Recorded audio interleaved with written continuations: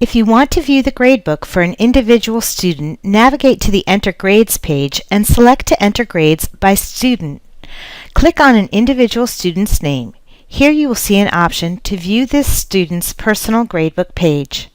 In this sample gradebook belonging to an imaginary student, you can see that the Student View displays every single item and category that has been set up in the course gradebook. While the item is displayed, this does not mean the grade for that item is displayed.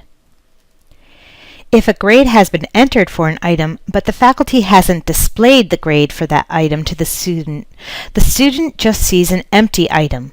There is no way for the student to know if faculty hasn't graded something or if they've actually graded it and just not made it visible yet.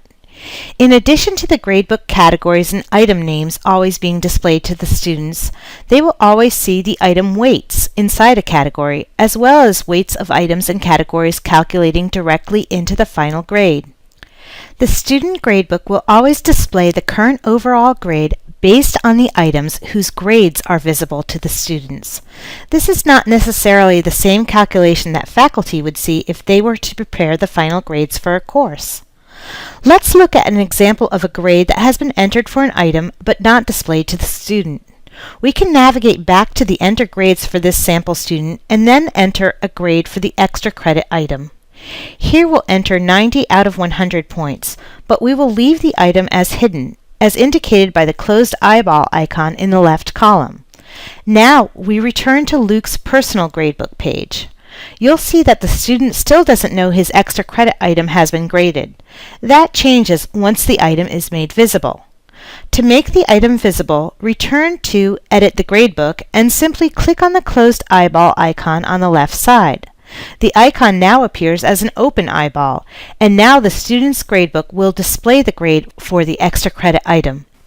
Another way to automatically make an item in the gradebook visible to a student is to click the Send Email button.